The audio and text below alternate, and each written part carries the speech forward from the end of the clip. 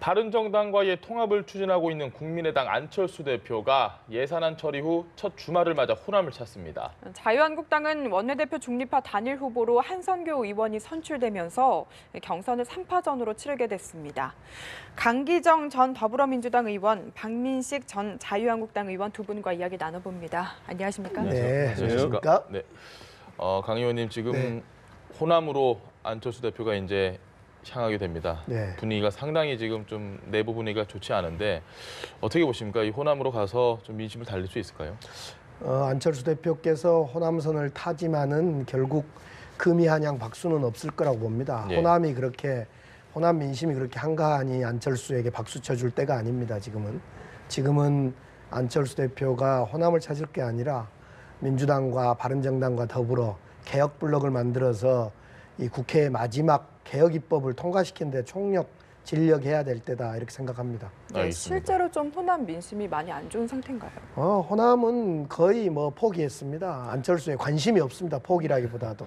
네. 알겠습니다. 네. 지금 그러면은 안 대표가 일단 유승민 대표하고 이야기를 좀 하면서 약간 달래기에 나섰거든요. 그 예산안 전국에서 조금은 유승민 대표가 아니 너무 이런 식으로 하면은 어떡하냐 이렇게 약간 조금 싸우는 듯한 뉘앙스였는데 달래주기에 나서고 그리고 김동철 원내대표도 가서 미안하게 됐다 이렇게 이야기를 했는데 어떻게 다시 좀 그러면 정책연대나 이런 부분에서 괜찮을 거라고 보십니까? 아니 저도 우리 강기정 의원님 말씀하셨지만은 저도 기본적으로 안철수 대표의 행보가 워낙 오락가락했고 해서 일반 국민들이 지금 안철수 대표의 그런 어떤 지향점이 뭔지 예. 우선 잘 헷갈려 할 것 같고 또 자꾸 그러니까 이제 관심 자체가 많이 멀어진 것 아니냐. 예. 지금 이번에 예산안 통과할 때도 기본적으로 야당으로서 같이 이제 바른정당하고 통합하자고 하면서 또 어떻게 보면은 뒤로는 서로 예산안 통과시켜 줄 테니까 예. 선거구제다, 개헌이다 이런 것도 해달라 이렇게 해서 아주 비판을 많이 받지 않았습니까? 그렇게 말 따로 행동 따로 하니까 아마 그 국민들이 볼 때는 도대체 안철수 국민의당하고 또 바른정당하고 저게 통합하는 게 맞냐 실제로 이해가 안 되는 거죠. 기본적으로 국민들의 눈높이에서 볼 때 그 안철수 의원의 행보가 과연 진정성을 가지고 있는 것이냐 아니면은 뭔가 정치 공학적인 어떤 그 필요에 의해서 유승민 대표를 만나고 또 달래고 하는 것이냐 그런 비판은 유승민 대표에게도 정도의 차이는 있지만 똑같이 갈 수가 있다고 봅니다. 과연 진정성 있게 무엇을 위해서 통합을 하려고 하는 것이냐. 그렇다라고 하면 대선 국면 때 그렇게 많은 국민들이 서로 합쳐라라고 요구를 했음에도 그때는 또 내가 시체 말로 내가 낸데 하는 식으로 갔지 않습니까? 그러니까 국민들 입장에서는 이것이 뭔가 대한민국의 미래를 위해서 하는 것이라기보다는 각자 정치적 리더들의 어떤 살아남기, 생존을 위해서 지금 하는 것이다.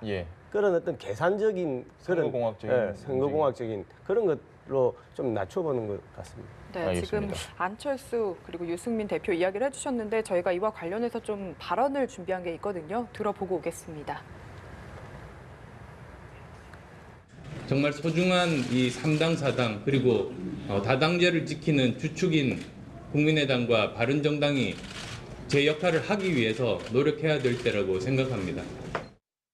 우리 양당이 노력하는 근거는 국민이 원하는 그런 미래를 향한 개혁에 있어서 우리가 정책적으로 주관하는 바에 공통 분모가 굉장히 많기 때문입니다.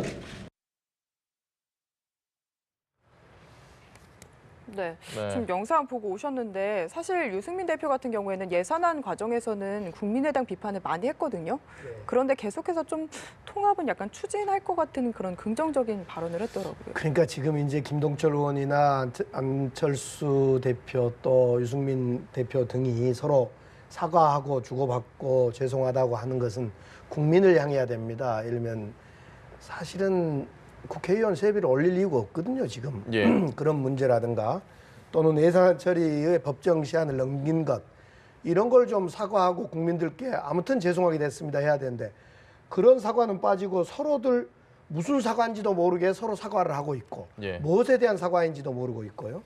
특히나 조금 전에 그 안철수 대표의 입을 통해서 3당 4당 참 존재감 있다 그런 말씀하셨는데 저는 그런 생각이 들어요. 유승민 대표도 그렇고 안철수 대표도 그렇고 3당 4당이 아니라 제1야당이 좀 됐으면 좋겠어요. 그러려면 상식적이고 건강하고 좀 이렇게 정말 건강한 진보와 보수가 만나는 예. 제1야당이 됐으면 좋겠는데 하는 것은 3당 4당이 하는 것은 매우 정말 만년 3당 4당 하고 싶은 그런 느낌이 들 정도예요.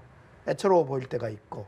그래서 통 크게 안철수 대표나 유승민 대표가 개혁 블럭을 제대로 만들어서 대한민국을 좀 바꿔놓고 그다음에 예. 자신들의 진로, 안철수 대표의 차기 대선 출마라든가 이런 걸 고민하면 좋겠다 이런 생각입니다. 알겠습니다. 한국당 이야기로 좀 넘어가 보겠습니다. 예상을 깼습니다. 보통 이주영 의원이 단일화 후보로 선출이 될 것이다 이런 이야기를 많이 했는데 중립지대에서는 한성규 의원이 1등을 하면서 이제 3파전을 벌이게 됐습니다. 어떻게 좀 예상을 하십니까? 뭐 제가 정치 평론가는 아닙니다만은 예. 기본적으로 지금 뭐 우리 자유한국당 어떻게 보면 뭐 위기다 하는데 예. 위기라기보다는 망한 집안이죠. 망한 집안이고 지난 총선 패배 이후에 또 대선 패배. 예. 이제 지방선거가 6개월 앞으로 다가왔지 않습니까? 예. 이 짧은 2년의 시간 동안에 주요한 3번의 선거에서 마저 3연패를 하게 되면은 지지층들이 자포자기에 빠질 수밖에 없는 겁니다. 예. 그래서 정말 절체절명의 그런 시점이죠. 근데 이제 중립지대 한성교 의원이 뭐 일단 후보로 선출됐다라고 하는데 예. 제가 볼 때 그 표현 자체가 뭐 중립지대다 뭐다 이게 따질 지금 그런 한가한 때가 아니죠. 예. 첫째는 국민들이 왜 자유한국당이 그렇게 총선 대선 패배했음에도 아직 정신을 못 차리냐. 예. 반성과 성찰이 없는 겁니다. 책임진 사람이 없는 거예요. 그러니까 이번 원내대표는 사실은 어떻게 보면은 당대표와 더불어서 당의 얼굴이죠. 그러니까 우선 그런 반성과 성찰의 그런 인물. 예. 또 두 번째로는 이제 제1야당이지 않습니까? 야당의 핵심은 근성이고 야성이 있어야 되는 겁니다. 존재감이 있어야 되죠. 아니, 폭주 문재인 정부라고 하면서 제대로 싸울 만한 그런 능력이 없으면은 어떻게 그냥 들러리 야당하고 말 겁니까? 제대로 문재인 정부가 일탈하지 않도록 강력하게 견제를 할 만한 예. 그런 파이팅 있는 지도자, 그 원내대표가 나와야 되는 것이죠. 그리고 예. 첫째는 성찰과 책임, 두 번째는 그런 야당 대표로서의 그런 어떤 파이팅, 그런 인물이어야 되고, 마지막으로 중요한 것이 자유한국당 하면 저도 참 부끄럽습니다만은 그동안에 많은 국민들이 웰빙 정당이다. 예. 국회의원을 하나의 직업으로 생각하고 뭐 이번에 뭐 세비도 올렸습니다만 뭐 자유한국당뿐만 아니라 여야 구분 없이 자기들 그거는 덜렁 올리고 근데 이제 우리 자유한국당에 대한 많은 비판 중에 저희들이 참 부끄럽습니다만은 예. 웰빙 정당이다. 옛날에 좀 높은 자리에 있던 사람이 와서 그냥 국회의원 하는 것이다. 이렇게 하는 바람에 어떻게 보면은 친서민 또 친노동자 예. 우리 사회의 좀 어렵고 힘든 분들한테 좀 다가서지 못한 것 아니냐.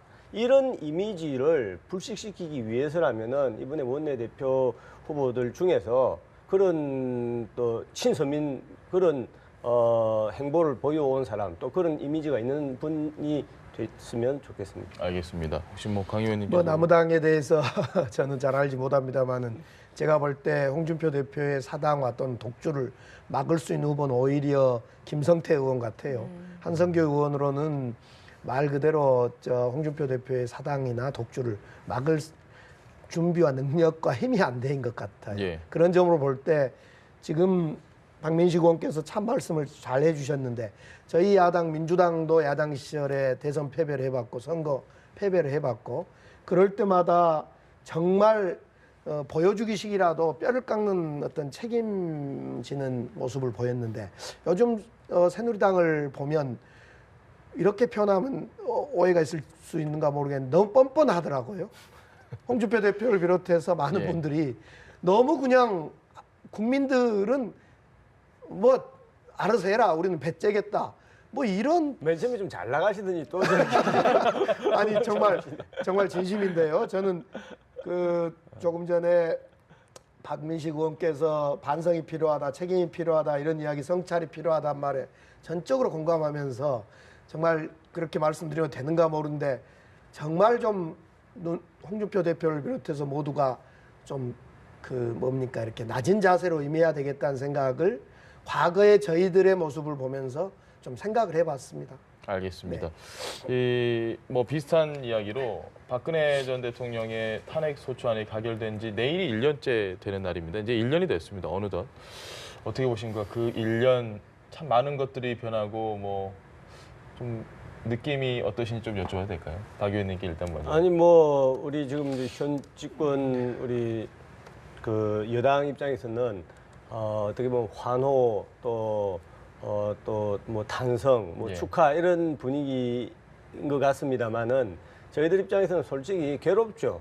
괴롭고 개인적으로뿐만 아니라 우리 또 지지층들이나 또 우리가 생각하는 대한민국의 미래를 위해서는 참 슬프고 괴롭고 힘들죠. 어떻게 보면 유구무원이죠. 이제 그래도 어떻든 뭐 지난 일은 지난 일이고 그 아픈 어떤 경험을 토양으로 삼아서 정말 뼈를 깎는 또 껍질을 벗기는 그런 어떤 쇄신이 이루어져야죠. 그래서 방금 말씀하신 것처럼 이번 원내대표 선거를 계기로 예.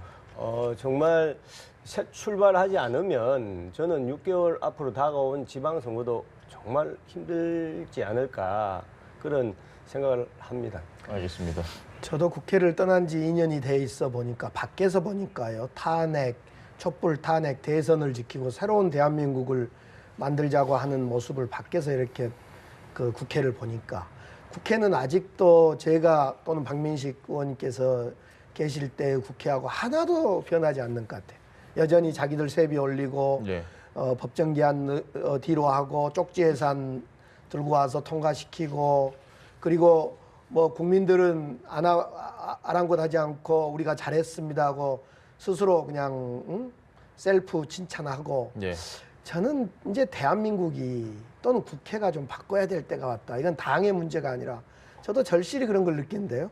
밖에서 보니까 정말 탄핵 1년이 되는 이 시점에 대통령이 옷 벗어서 의자에 걸고 혼자 커피 타먹는 것 이걸 대한민국 원한 것 이것만으로 원하는 건 아니지 않습니까? 예. 그래서 근본적인 입법부도 좀 바뀌고 사법부 행정부 각각이 좀 정말 새로운 대한민국으로 바뀌어줬으면 좋겠다 이런 절실한 마음을 또 한번 가져봅니다. 아니 이제 강기정 우리 의원님 좋은 말씀을 하셨는데 거기에 예. 지금 입법부가 지금 뭐 세비 올리고 하는 것 때문에 여야 비판을 많이 받지 않습니까?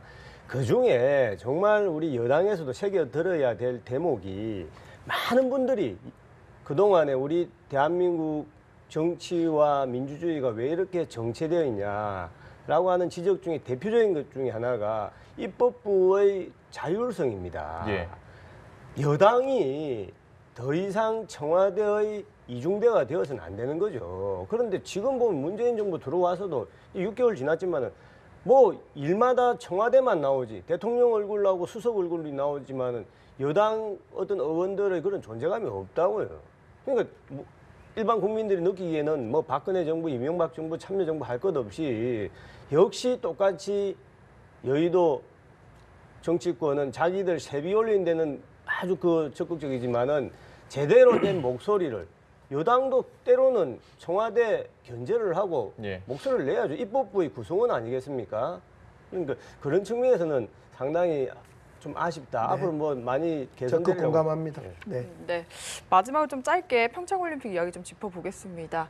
사실 잔치는 제일 많이 참가해야 좋은 거잖아요. 근데 러시아 때문에 좀 저희가 고민이 되다가 한숨 돌리는가 싶었는데 이번에는 좀 미국 쪽에서 선수들을 오게 할지 말지 고민한다고 하더라고요. 이에 대해서 좀 의원님 말씀 부탁드립니다. 이제 그 기본적으로 오늘 신문입니까? 미국의 대사 또 백악관에서 논평입니까? 뭐 비슷하게 이제 우리 아직 평창 올림픽 참가가 결정된 것은 아니다라고 했는데 니케일리, 예. 저는 그 부분은 상당히 부적절하다. 왜냐하면 올림픽이라는 것은 어떻게 보면 세계 평화의 상징이죠. 스포츠. 예.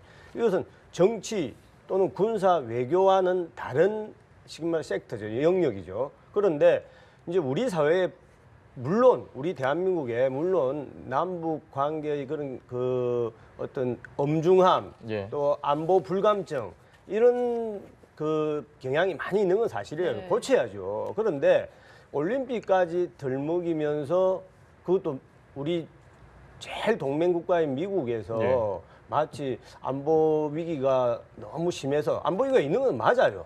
맞지만 그것은 외교, 군사, 정치의 그런 테이블에서 논의할 일이지 올림픽까지 이렇게 가져와서 불참할 수도 네. 있다라는 뉘앙스는 저는 네. 대단히 부적절한 이야기다. 알겠습니다. 오늘 두 분 말씀은 여기까지 듣도록 하겠습니다. 지금까지 강기정 전 더불어민주당 의원 그리고 박민식 전 자유한국당 의원과 이야기 나눠봤습니다. 두 분 말씀 고맙습니다. 네, 감사합니다.